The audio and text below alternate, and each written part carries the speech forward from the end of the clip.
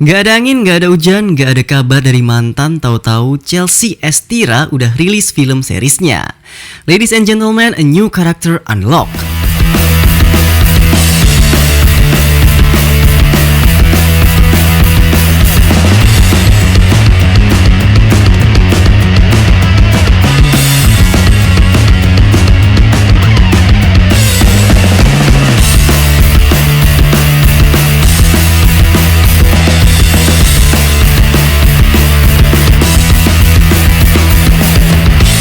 Rakyat bumi langit pasti ada momen terpesona, yakin sih. Soalnya Chelsea ini low profile banget, jarang upload progres persiapan buat Tira.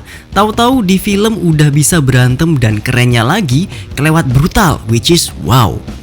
Yang keempat, Alika Rengganis. Cut. For the first time, BCU merilis superhero dalam bentuk series di platform Disney+. Personally, cukup strategik sih. Dibuat series untuk membangun sebuah universe, jadi emang enggak semuanya harus dipadetin di film. Tira ada 8 episode dan berkutat soal Suci, seorang stunt woman yang dikutuk karena mengganggu sebuah ritual tumbal 9 anak. Suci hanya punya waktu 40 hari untuk mematahkan kutukannya, kalau gagal nyawa taruhannya. Karakterisasi Suci yang pertama kali dikenalin adalah soal dirinya yang notabene seorang stunt woman tapi mengidap acrophobia, yaitu ketakutan berlebih pada ketinggian. Kalau kalian ngeh, perang batin itu pasti ada di setiap karakter superhero. Gundala harus menjalani pergulatan batin di mana dia nggak boleh mencampuri urusan orang lain, tapi di satu sisi dia akhirnya harus melawan stigma ini. Sri Asih pun juga gitu. Dia kudu melawan amarahnya sebelum kekuatannya membahayakan orang-orang di sekitar. Virgo lebih soal ke self-acceptance. Dia kudu nerima kalau dirinya emang beda dibanding anak-anak remaja lain. PR-nya cuma gimana dia bisa memanfaatkannya untuk kebaikan. Sama kan patternnya? Yang ngebedain Tira dari karakter superhero lain adalah adanya vibe seorang anti-hero. Ada yang bilang anti-hero itu berada di pihak pahlawan. Cuman kadang-kadang ada value yang harusnya jangan dicontoh dalam kehidupan sehari-hari. Hal simpelnya, Suci itu berani ngebohongin orang tuanya soal kuliah dan kerjaannya. Sering bolos, bahkan soal skripsi pun dia pakai jalur calo. Receh banget ya, tapi ya kayak gini. Kalau dibahas secara moral kan emang nggak boleh ditiru. Tapi ya justru hal-hal kayak gini itu malah sangat grounded di kehidupan kita sehari-hari. Bikin film itu terkesan sangat familiar. Contoh yang agak berat soal anti-hero itu soal violence atau kekerasan. Ketiga hero sebelumnya itu menyerang musuh sebatas untuk menumbangkan. Kalaupun musuh mati ya mesti karena terpaksa banget. Kalau Tira nggak segan-segan melakukan kekerasan secara brutal dan sadis dalam setiap aksinya melawan musuh. Kayak enjoy the ride, siksa dulu aja nggak sih gitu. Tapi walaupun tersirat di aksinya soal anti-heroism ini, di skripnya beberapa kali ketangkep Suci malah ketakutan dan nggak mau ngebunuh orang-orang. Disinilah ada sebuah ketidakkonsistenan karakter. Bisa jadi karena di Indonesia itu belum ready soal pahlawan brutal dan sadis. Kayak semuanya itu masih hitam dan putih. Padahal di era postmodernisme ini semua udah jadi abu-abu. Kayak nggak ada yang 100% benar dan sebaliknya. Kalau kalian ingat Pengkor, dia kan musuh tapi sebenarnya masuk kategori anti-villain. Walaupun dia punya sindikat assassin di pelosok negeri, tapi dia menyelamatkan banyak anak yatim untuk hidup lebih layak. See? Oh iya, banyak yang mencampur adukan istilah anti-hero dengan vigilante. Sebenarnya gampang. Anti-hero itu tercerminkan dari sikap dan nilai-nilai sehari-hari, termasuk gimana dia memperlakukan lawannya. Kalau vigilante itu lebih ke administratif. Dia beraksi sendiri tanpa campur tangan pemerintah karena pemerintah gagal menegakkan keadilan. Nah, we'll see nanti. Tinggal Tira ikut Ridwan Bahri dan rumah perdamaiannya atau enggak ini ke depannya. Feel free buat koreksi kalau ada yang beda pendapat. Di filmnya, Tira memiliki misi mengumpulkan 9 naga yang dimiliki oleh beberapa orang dengan beberapa karakter. Di Indonesia sendiri, di dunia nyata, istilah 9 naga populer pada masa Orde Baru dan memiliki konotasi sangat negatif. The Gang of Nine merujuk pada sekelompok mafia bisnis gelap yang punya backingan sangat kuat dan hampir tidak tersentuh hukum. Kalian bisa cek deskripsi untuk baca artikelnya. Nah, karakterisasi para naga ini nanti kelihatan kalau semuanya itu bukan orang yang 100% bersih. Seiring berjalannya waktu, image 9 naga di Indonesia menjadi netral, yaitu para penguasa dan pengusaha. Penguasa di series Tira ini digambarkan melalui karakter angkasa yang nyapres. Kalau pengusaha ada Inglan dan Widya, artis terkenal. Gak cuma soal kumpulan penguasa dan pengusaha, 9 naga di series Tira dibuat mistis beneran, di mana setiap naga akan memberikan kekuatan khusus pada pemiliknya, mostly untuk personal gain.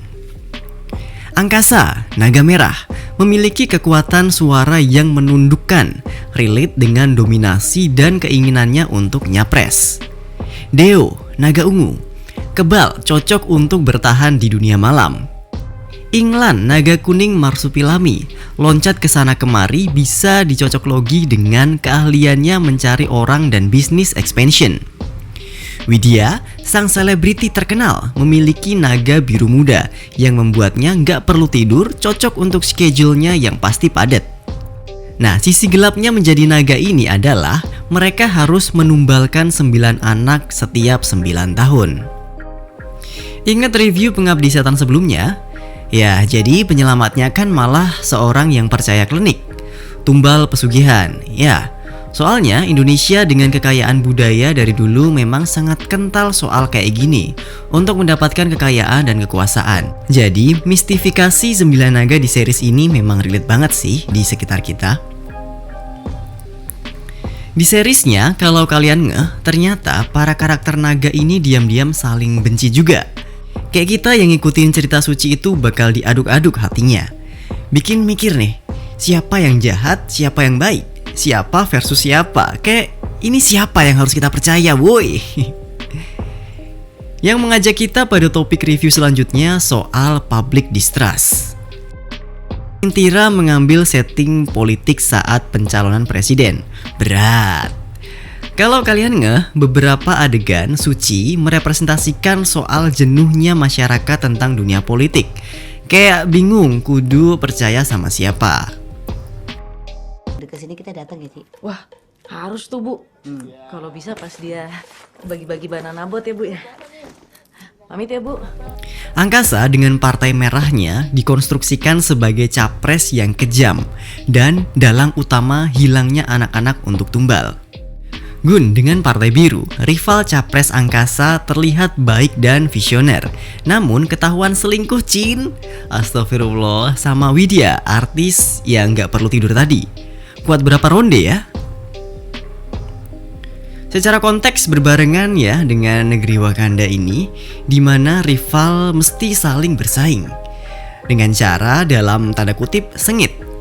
Saling serang satu sama lain once again.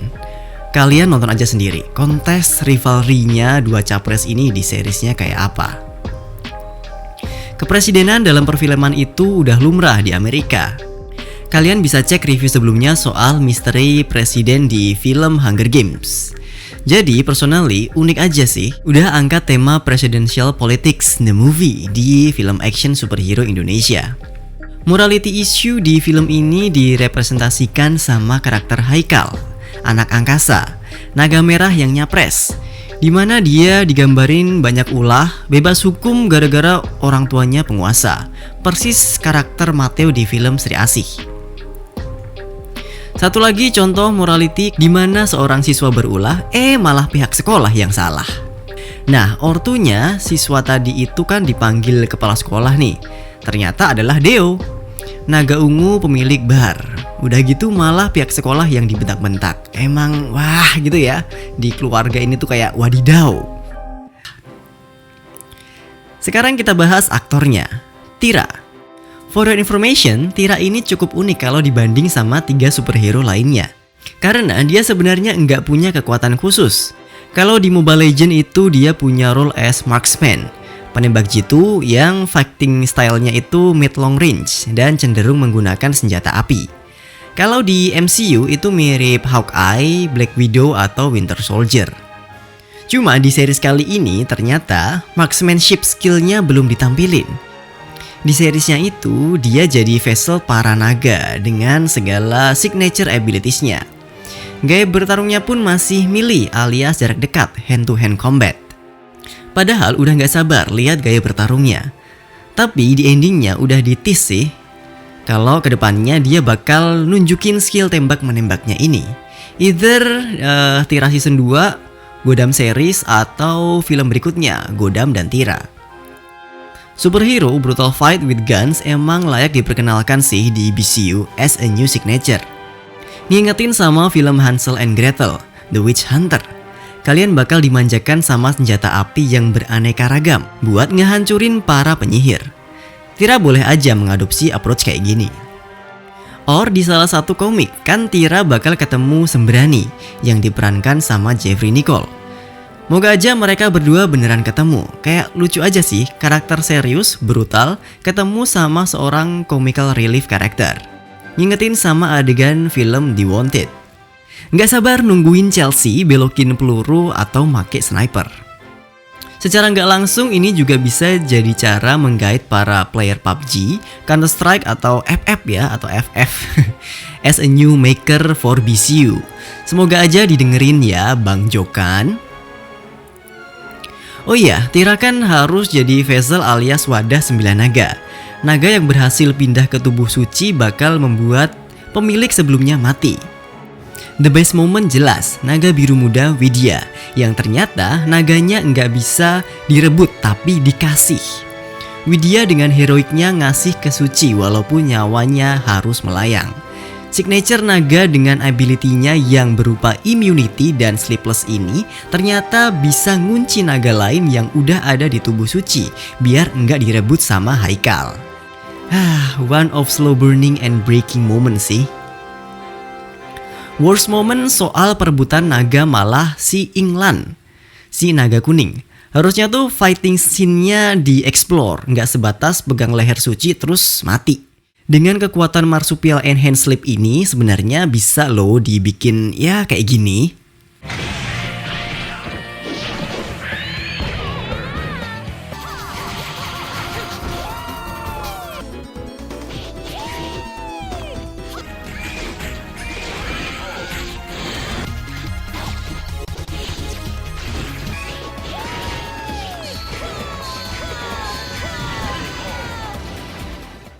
Udah semua ya bro, sebelum kita akhiri review kali ini, mari kita sedikit compare film BCU sebelumnya.